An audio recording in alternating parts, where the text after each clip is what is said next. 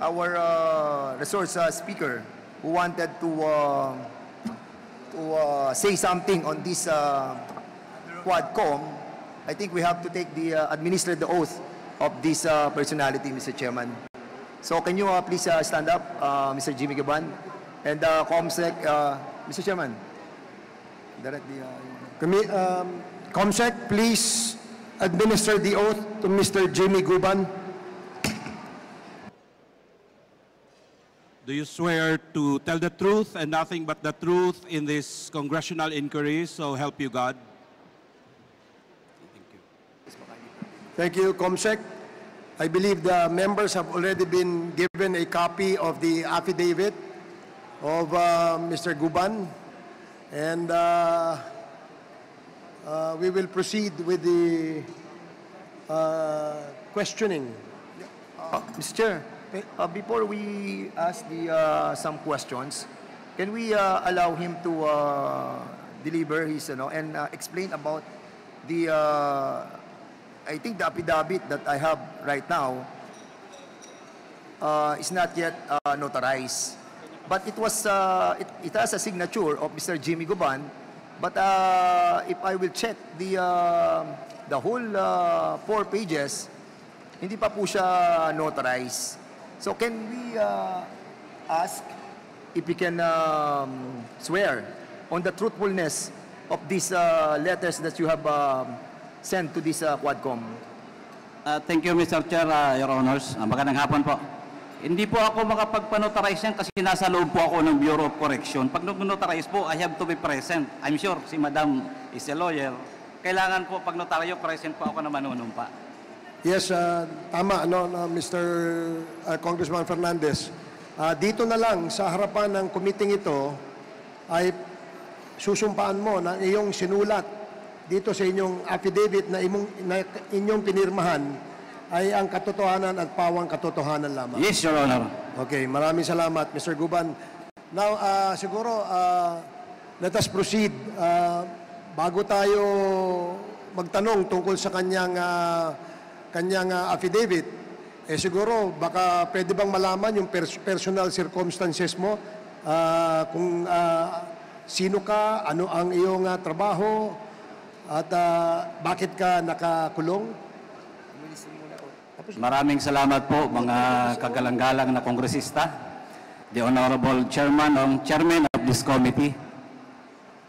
Bago po sana ako mag-introduce, mas gusto ko po sanang basahin muna ang letter ko po sa inyo para mas malinaw kung ano po ang intention ko dito at kung tama po ang hinihiling ko sa inyo.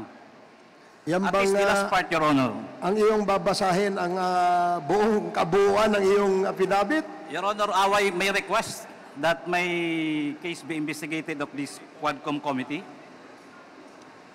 To Honorable Ace Barbers, Congressman Bimbinado Abante, Honorable Congressman Paduano, and Congressman Dan Fernandez, as I am asking Your Honor, at least siguro kahit ito yung last 3 paragraph, with the forum which this Quadcom will provide, I wish to express my intent to be part of the investigation. And I undertake to tell the truth and nothing but the truth, to shed light on the proliferation of illegal drugs. Should you consider me as one of your resource person, may I respectfully request that I be given immunity from prosecution and placed within the jurisdiction of the House of Representatives or the Witness Protection Program, considering that my testimonies will cause serious and imminent danger to my life and are self-incriminatory.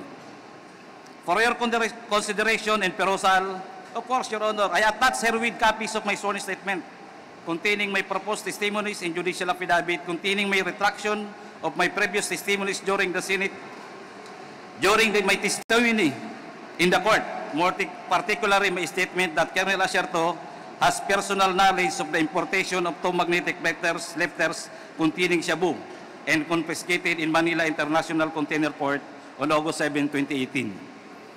Your Honor, again, magandang hapon po. Sa hearing po namin sa Korte, RTC Branch 35 sa Manila, binago ko na po yung statement ko doon. Nang ngayon ko din po may lalabas kung bakit ko tinuro si Colonel Asierto para mag-disguise ako. Pero mas mabuti po na ikwento ko ng sunod-sunod para po malaman ng ating mga kalanggalang na kongresista at mga namumuno po sa bawat committee. Dahil ako po ay ngayon pong August 7 is my 6 years nung mahuli po yung magnetic lifter sa custom.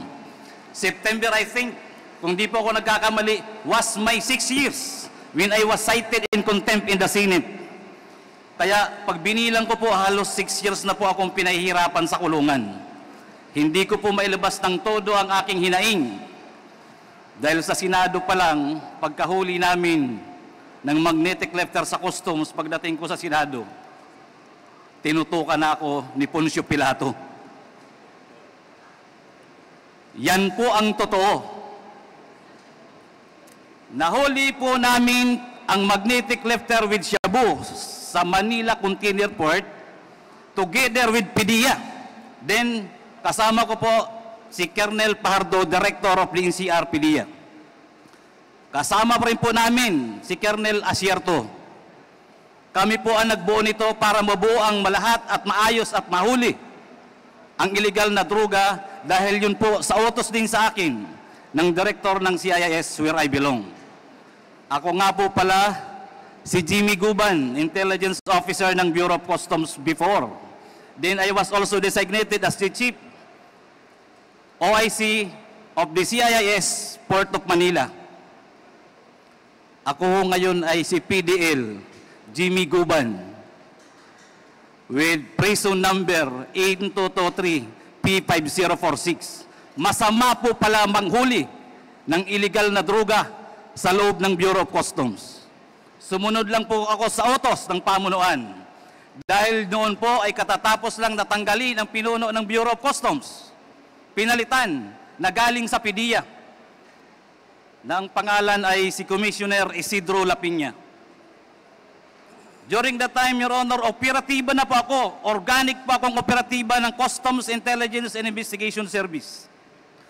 That is 17 years. Marami pong inuutos sa akin, marami pong reports na nare-receive namin na still nandoon ang mga tao ng first family at pati sila ay nag-i-impluensya. During their first few months, Your Honor, malami na pong nawawalang containers. Sa Port of Manila, sa Taguluan, MICP, missing. Even in our intelligence report, we received already about 7 to 10 containers loaded with shabu. Isa ho itong magnetic lifter na isiswing nila. Na hinabol namin, inayos ko because I was then chief. May Act 6 na ho ako sa E2M.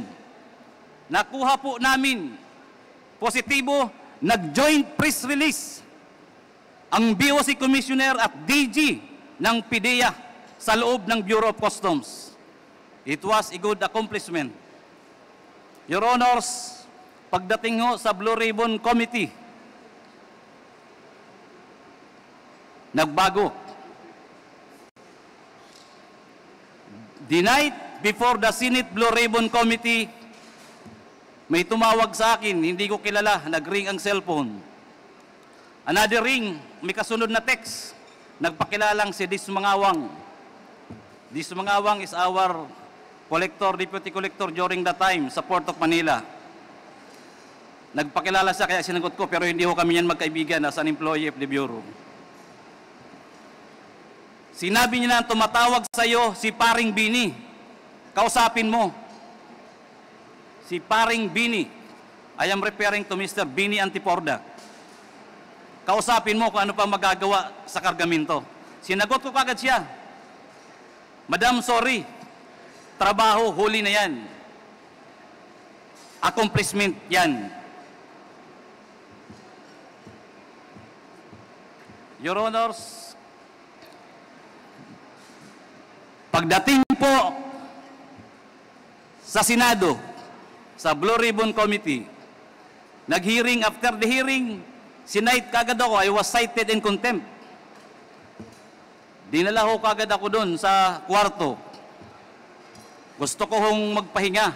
Tiningnan ko kung anong pwede kong magawa dahil mali pala ang magtrabaho ng tama.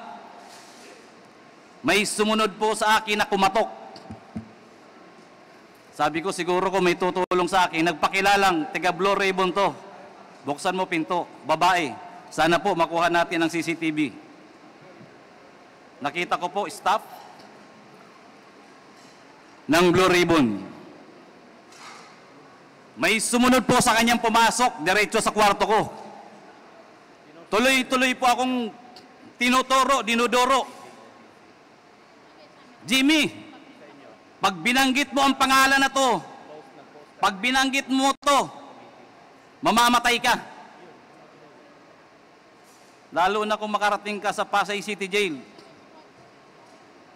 Di tatagal ang buhay mo. The worst, Your Honor, sinabay niya pa pati anak ko. Alam namin kung nasaan yung anak mo sa Makati. Madali kidnapin yan. Your Honors, alam niyo po ba kung sino yung mga tao na ayaw niyang ipabanggit? Na halos doon pa lang gusto na ako sipain, bugbugin. Si Pulong, si Mans, si Michael Yang, at ang sabi niya pa, mga kaibigan niya ni Bini, Antiporda, magkakasama yan, hindi mo ba iisang pamilya yan? Palagi yan sa Malacanang. Official pa yan ng National Press Club.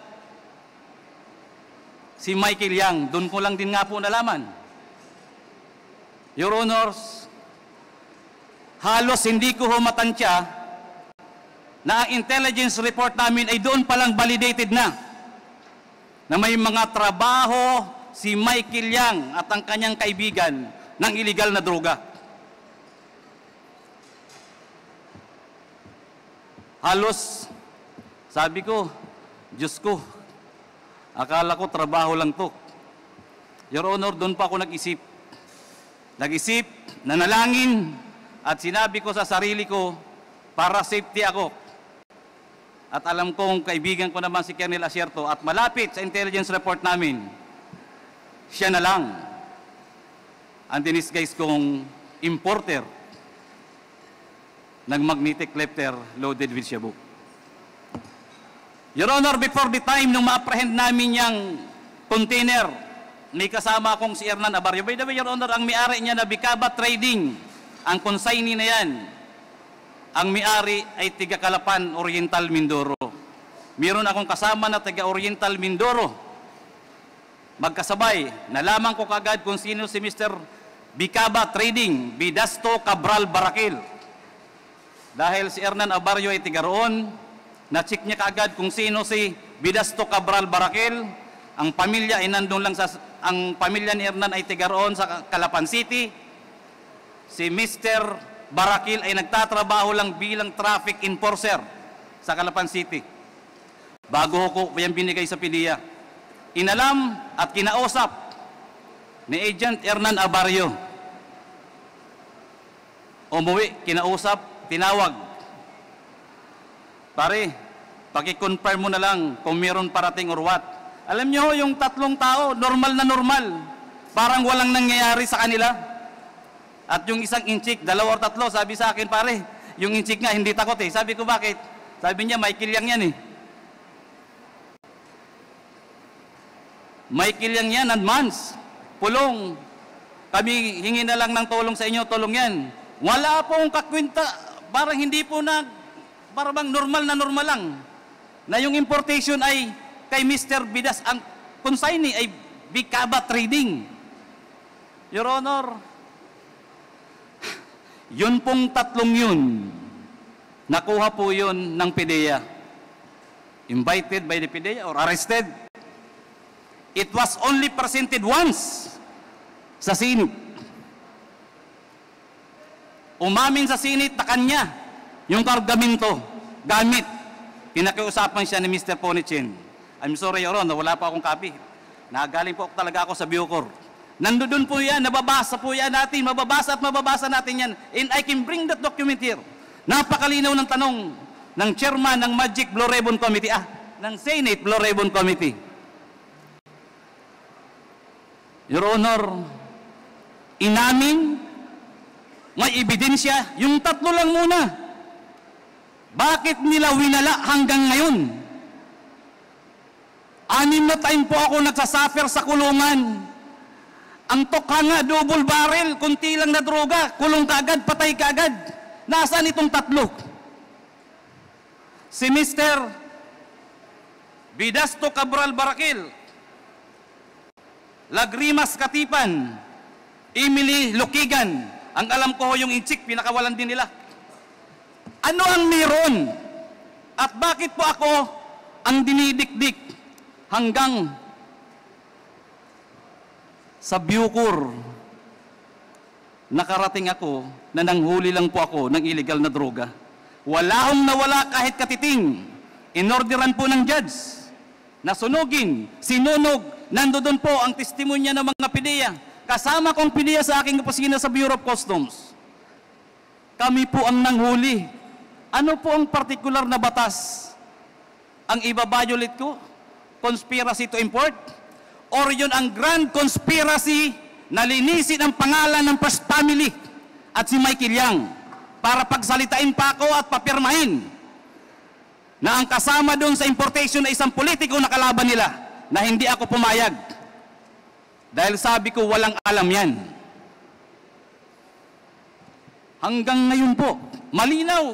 Basahin ko man po ang testimonya ko hanggang ngayon.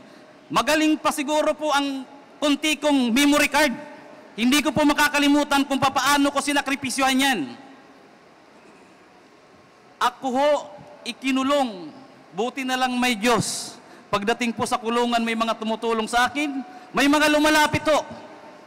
Natestigo kung sino si Michael Yang, paano nasunog ang Bureau of Customs, paano pinatay ang empleyado ng mga taga-customs.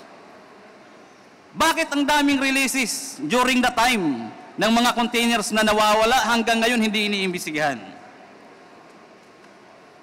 Napakasakit po mga kalagalang-galang na kongresista at sa iba pong mga resources speaker dito. Andito po ako, I am seeking for truth and justice. Nothing less, nothing more. Thank you, Your Honor. Mayroon pa, pero mamaya naman, baka tumas to, BP ko. Salamat, Mr. Guban. Uminom ka muna ng tubig at bago ka namin... Alam mo, Mr. Guban, ang iyong affidavit ay maaari naming tanungin. Nang sa ganon, kung ito talaga ay ikaw ang gumawa at kung ito talaga ang katotohanan, lalabas naman po yan sa inyong mga sagot. Yes, Your Honor. Okay. Pwede bang malaman na Jimmy kung ano ang posisyon mo sa Bureau of Customs? Ako po ay isang Intelligence Officer 1, as yun po yung item ko. But during the time, I was designated as the OIC Chief of the CIS, Customs Intelligence and Investigation Service, Port of Manila. Ilang taon kang operatiba sa intelligence sa Bureau of Customs? I was with the Bureau, Your Honor, for 17 years. Hindi po ako umaalis as intelligence operator, intelligence operative. Pwede bang masabi mo sa committee ito, ano ang rason bakit ka nakakulong? Your Honor, ang ganda ng intensyon ko po dahil sa utos galing sa taas ng bagong administrasyon ng Bureau of Customs, hinuli lang po namin ang magnetic lifter na may lawang shabu. At yun ngayon ang ikinaso sa akin, conspiracy to import ng illegal na droga. At ako po ay dinalhan or nagpresenta sila ng halos 40 o 43 witnesses, kaya 4 na taon po ang proseso namin sa korte. Then kasama po yung TSN, 4 na taon po akong nagsuffer ng kulong habang nag-hearing sa Manila Regional Trial Court. Pwede bang malaman kung ikaw ang gumawa nitong affidavit na ito? At kung ito ba ay iyong pirma? Pwede bang paki-confirm mo? Yes, Your Honor. With the assistance, meron ako. Yes, Your Honor.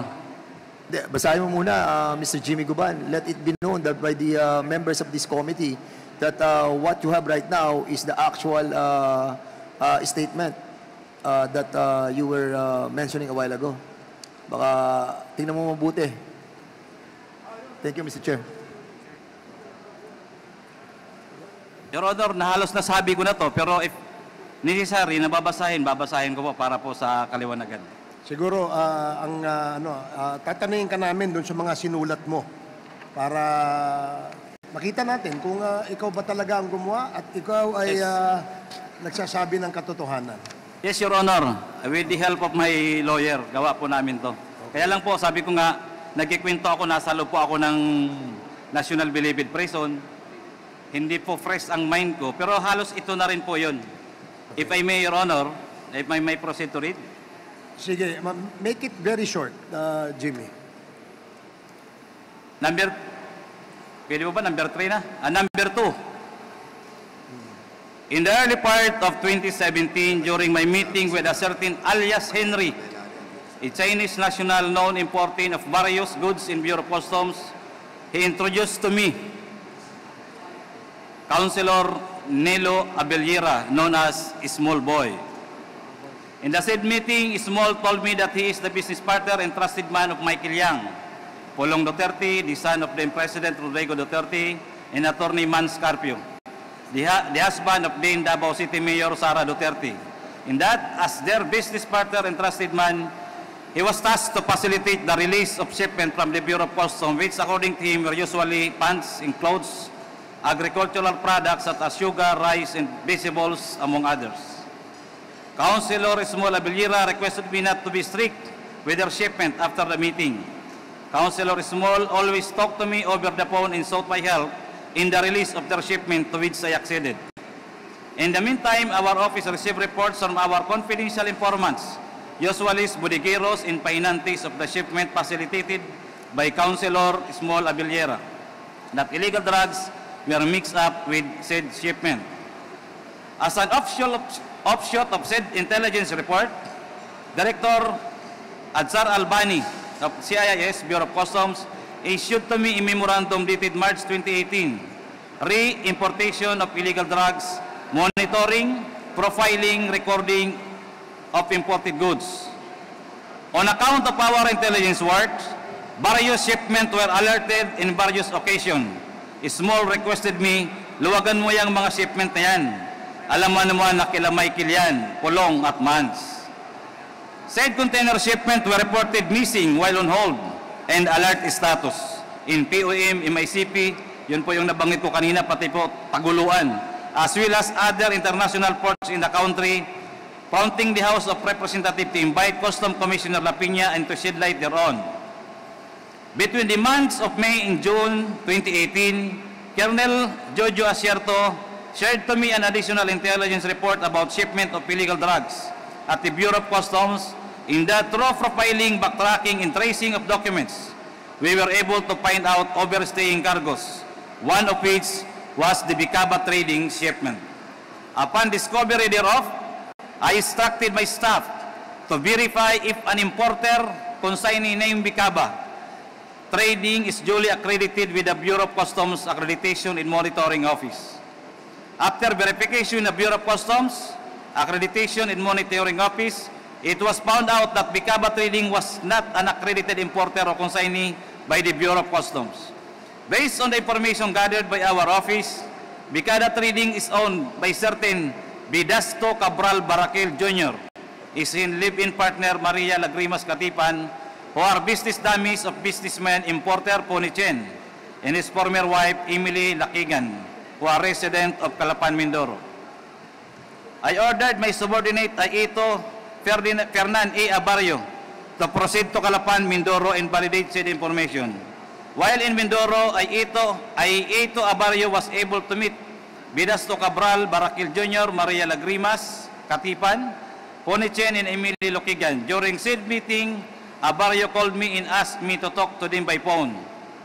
During our conversation, Pony Chen asked me to help release said shipment and said vernacular, "Wag ikaw matapot kasi sila Mans Carpio, Pulong Duterte at Michael Yang ang may-ari ng shipment."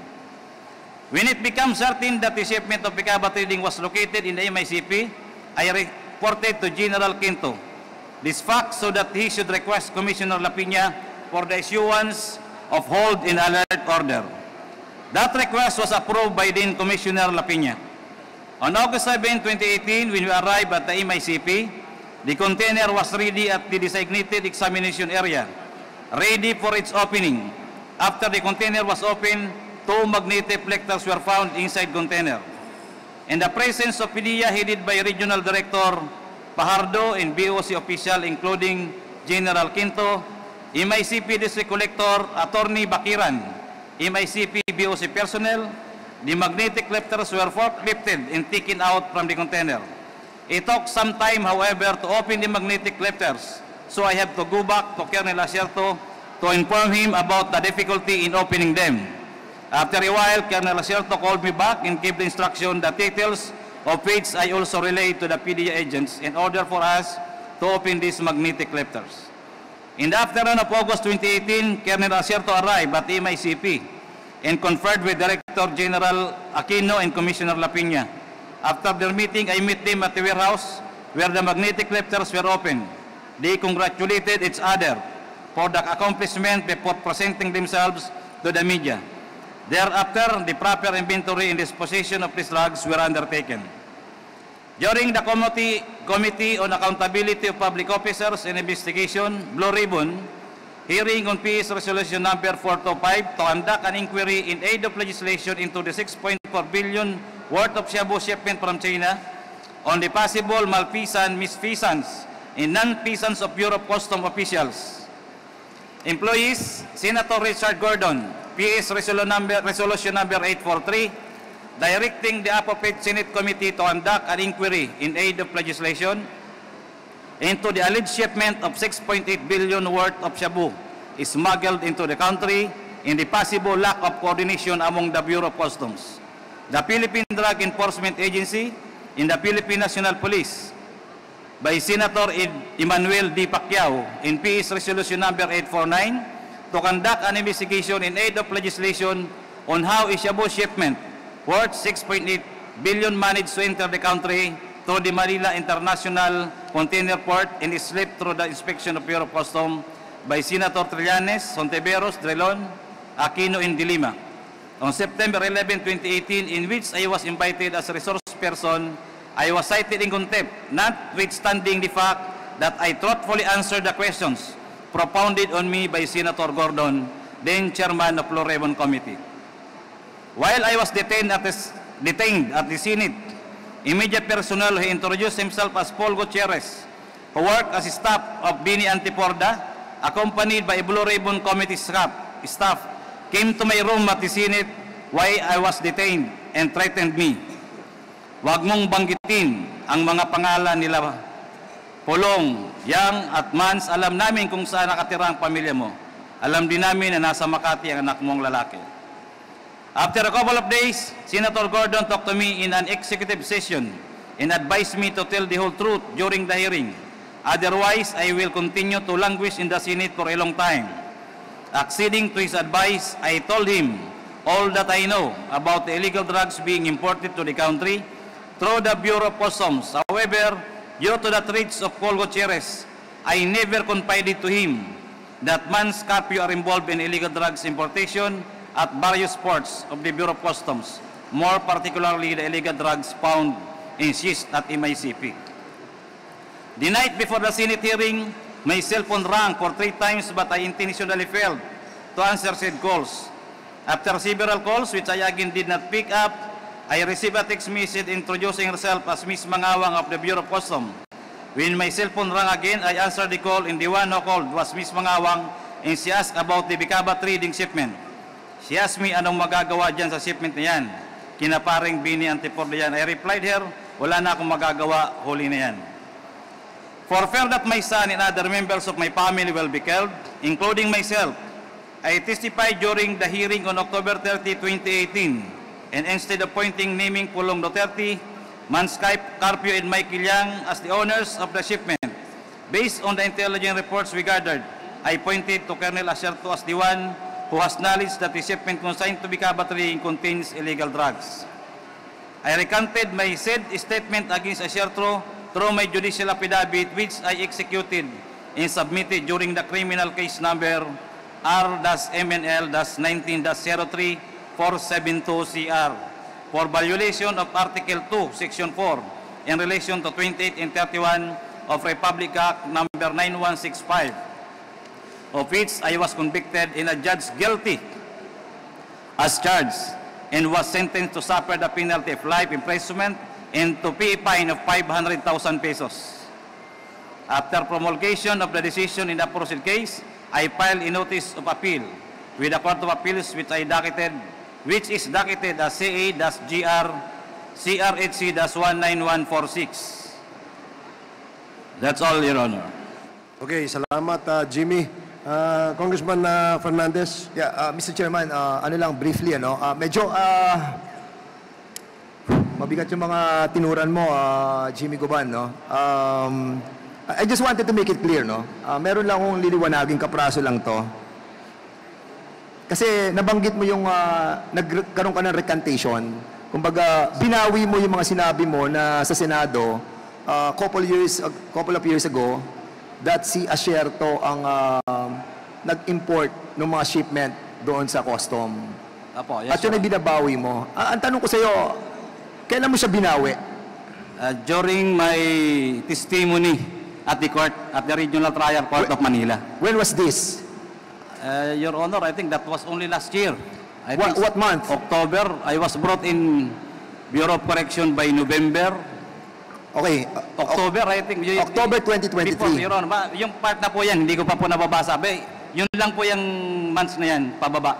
Kasi, Mr. Chairman, I want to make it clear that yung recantation niya nangyari noong 2023.